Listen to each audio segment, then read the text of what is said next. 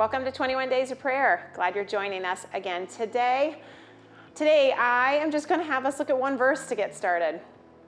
It's a verse in the book of John, John chapter 1, verse 16.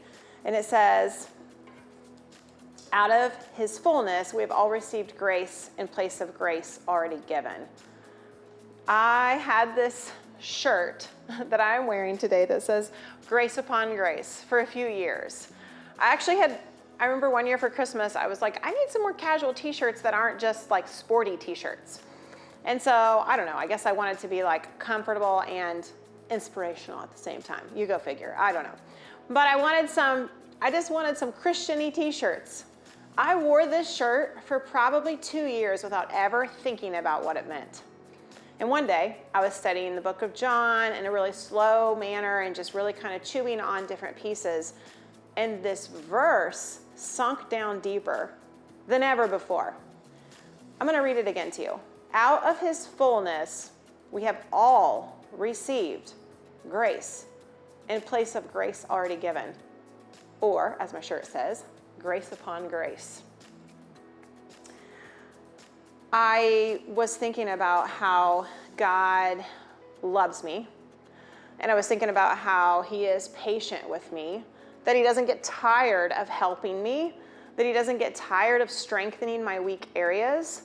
That he doesn't grow weary of the aiminess of me.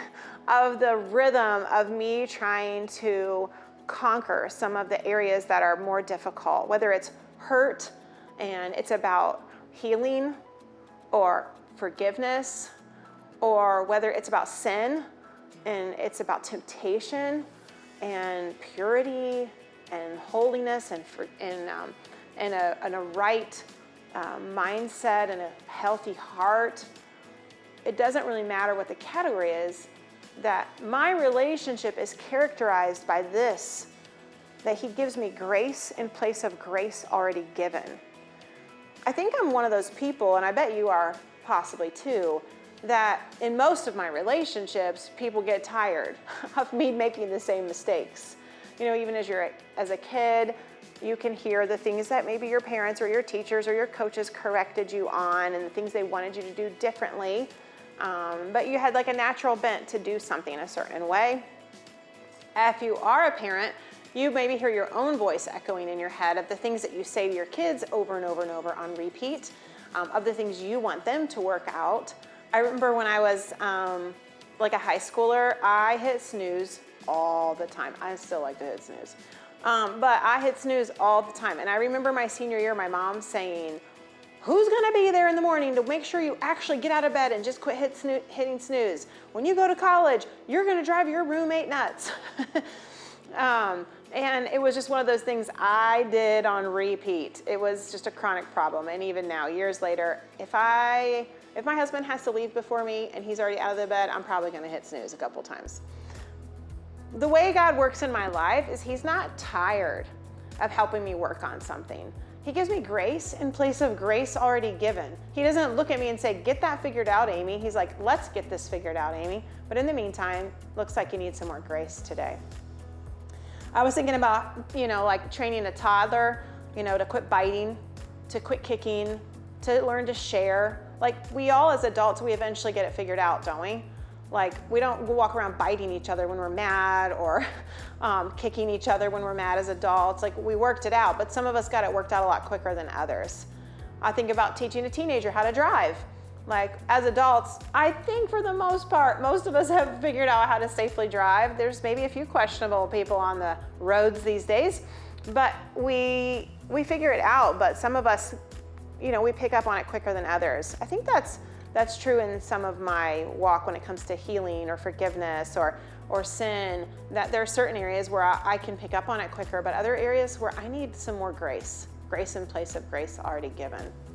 As I was thinking about this and like the blessing that is to have in my relationship with the Lord, I was also then reminded of Romans chapter 6 that says, it's talking about grace, and Paul here says, what shall we say then? Shall we go on sinning so that grace may increase? By no means. We are those that have died to sin, so how can we live in it any longer?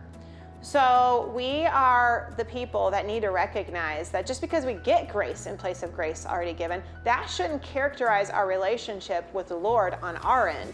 It shouldn't just be like, well, you know what? He knows I'm messed up, so he'll just keep giving me more grace. Or he knows I'm weak, so he'll just keep giving me more grace. He will, but we should not abuse that grace that he has given us. Shall we go on sinning so that grace may increase? By no means. By no means should we ever take that grace and abuse it and misuse it.